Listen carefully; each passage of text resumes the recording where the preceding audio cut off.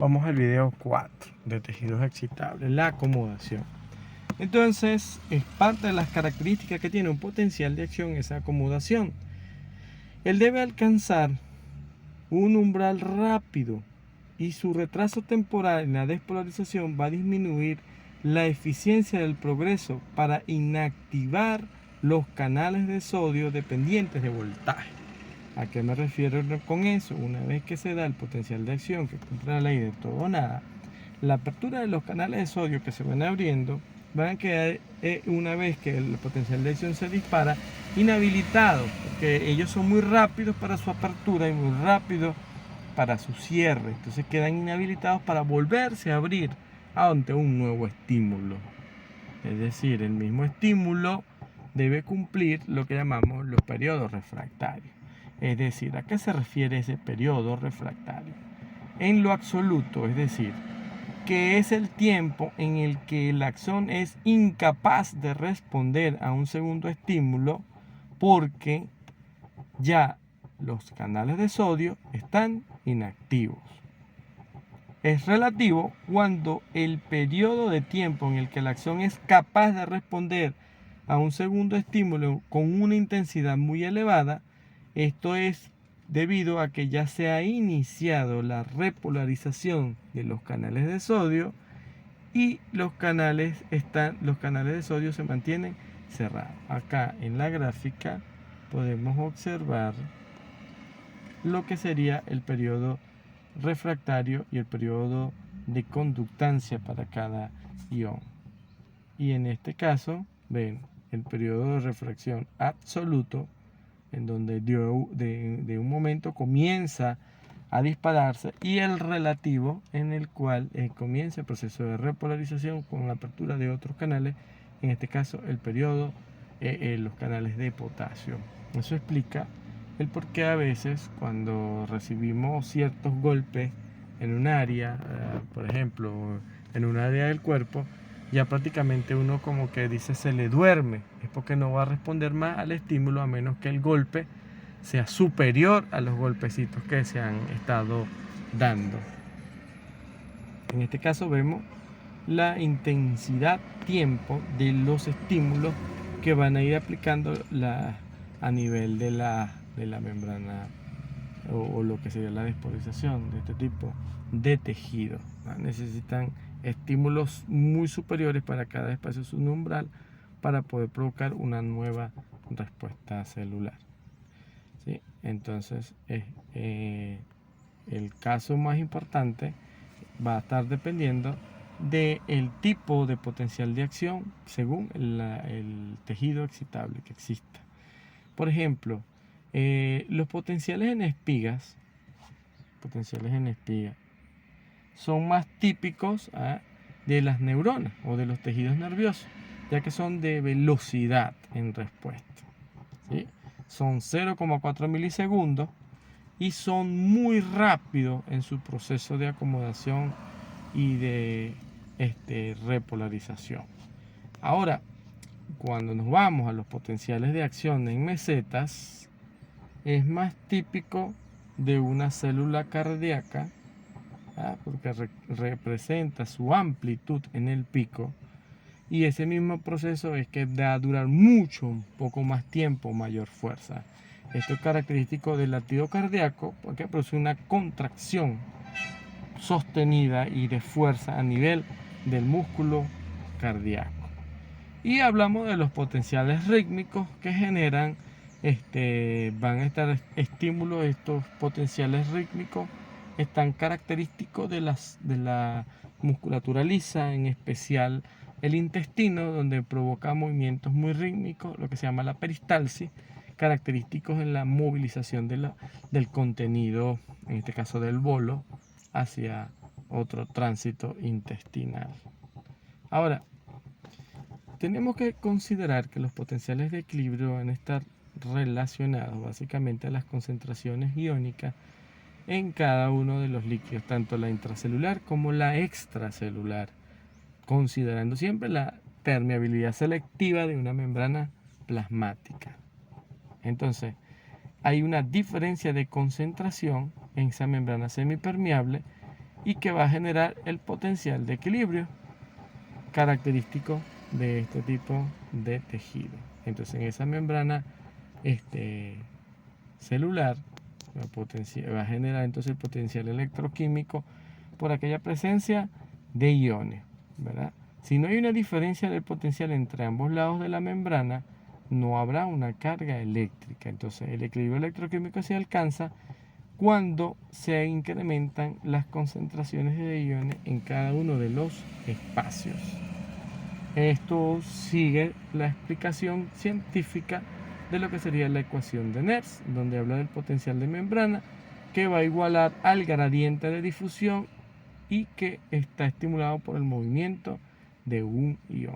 Entonces, la ecuación de Nernst va a explicar ese movimiento iónico y que físicamente va a hacer que ese ion se mueva. Y es importante considerar que la membrana tiene que luchar contra todos esos elementos físicos y químicos de un ambiente hostil para poder mantener las funciones o aprovechar esas leyes físicos y químicas para aumentar o disminuir su funcionalidad.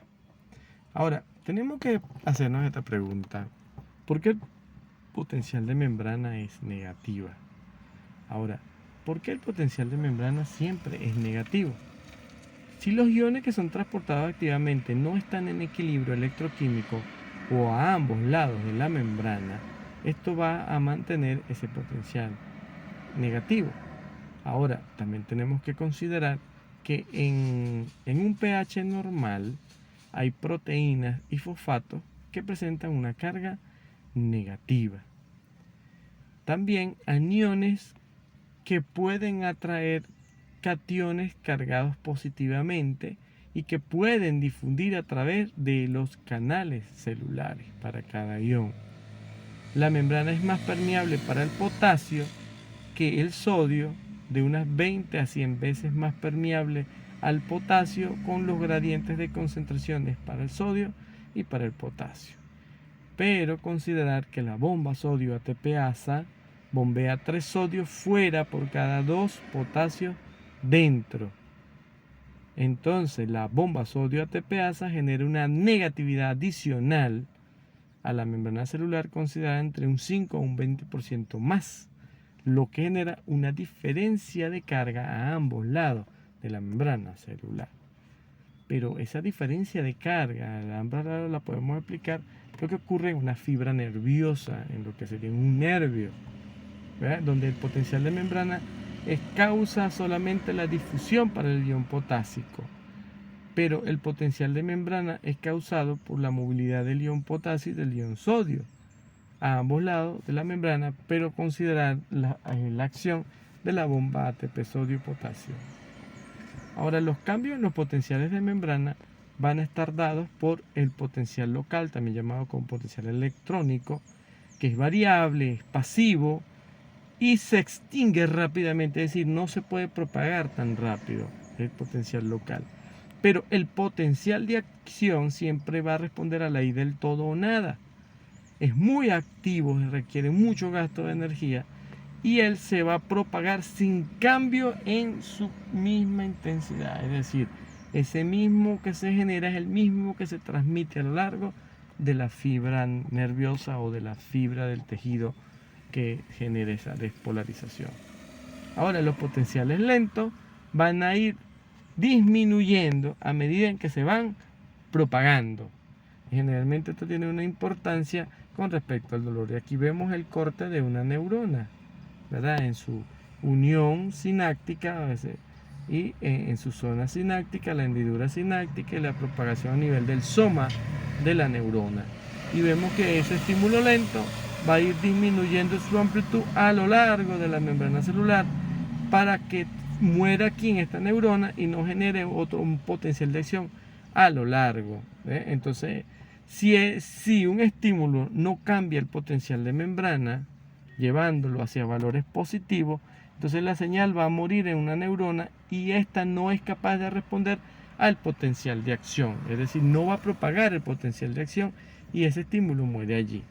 Entonces, eso tiene que ver a la cantidad de cambios en ese potencial de membrana necesarios para generar el potencial de acción umbral. Debe irse potenciando a medida de que ese estímulo se vaya generando. Entonces, si vemos acá un potencial local llamado electrotónico, el umbral va a ir manteniéndose en el tiempo, su amplitud se va haciendo mucho más ancha y va a tender a ser un potencial propio de esa área, es decir, un potencial local que no progresa. Pero el potencial de acción va a hacer ese cambio rápido en el potencial de membrana en reposo y lo va a llevar a su mismo potencial de membrana de acción. El potencial de acción va a hacer que las células excitables puedan llevar o transportar esas señales a lo largo de toda su estructura. Aquí ese potencial de acción va a permitir entonces una despolarización completa que sobrepasa el umbral, una repolarización que va hacia su potencial de membrana en reposo, con una hiperpolarización que a la final va a retornar a la potencial de membrana en reposo. Ahora, ¿cuáles son las bases iónicas que explican el potencial de acción? Entonces, los potenciales de acción ya sabemos que van a estar originados o causados por la apertura de los canales de sodio y la apertura de los canales de potasio. En este caso, el potencial de reposo va a mantener cerrado, ¿verdad? Y que su apertura va a estar dependiendo de aquellos estímulos químicos como sinapsis o eléctricos, también como sinapsis, que puedan provocar la apertura de esos canales, es decir, el proceso activo para el paso de una corriente iónica. Y bueno, en el caso activo, paso de corriente iónica, e inactivo no está disponible para la apertura o el paso de una corriente iónica. Entonces ellas, como recordarán, va a estar dependiendo de voltaje o dependiendo de ligando.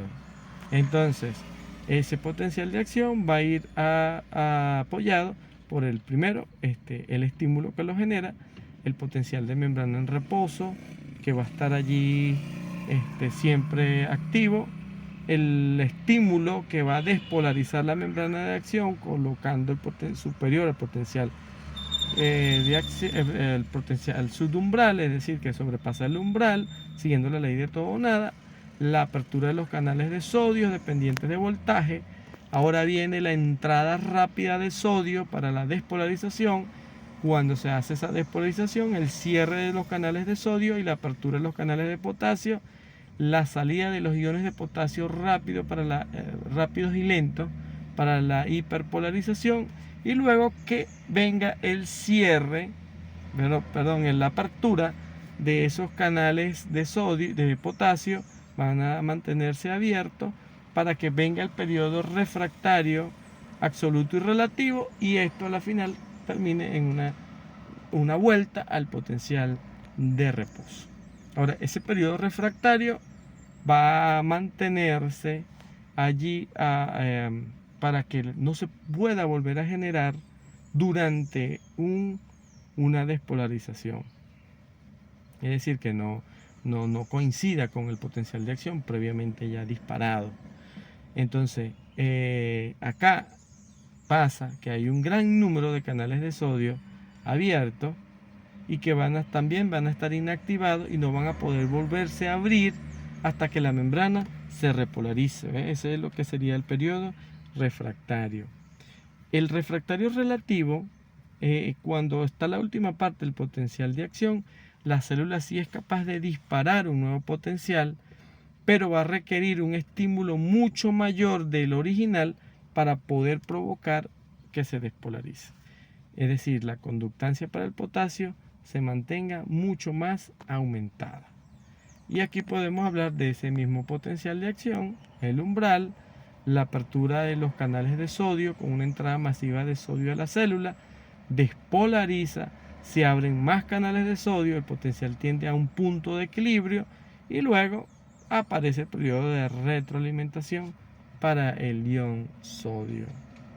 En este caso aparece la mayor conductancia del sodio en esta porción de la célula, una mayor conductancia para el ion de potasio, y esto se puede explicar con esos cambios en los potenciales de acción que se provoca y que se va manteniendo de un lugar a un lugar. En este vemos como la porción, la fracción va generando entrada de sodio, despolarizando los canales de sodio, las cargas que se fluyen hacia la membrana celular, y aquí se puede ver cómo esa zona de disparo o de trigger zone va a ir dando la movilidad y los cambios en la polaridad de la membrana a lo largo de la membrana plasmática.